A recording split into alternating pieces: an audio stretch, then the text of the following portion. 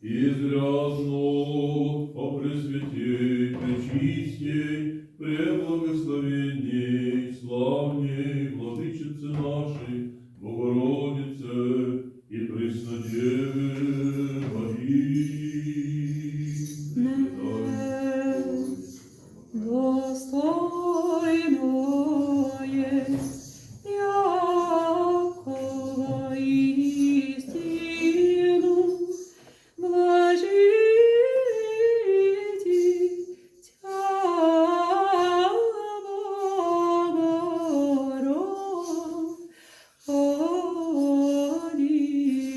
Богородицу,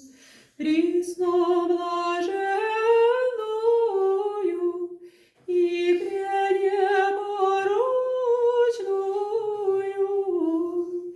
и Матерь Бога нашего,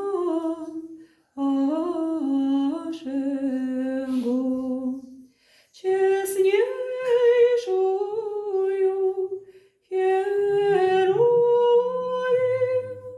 и славнейшую без сравнения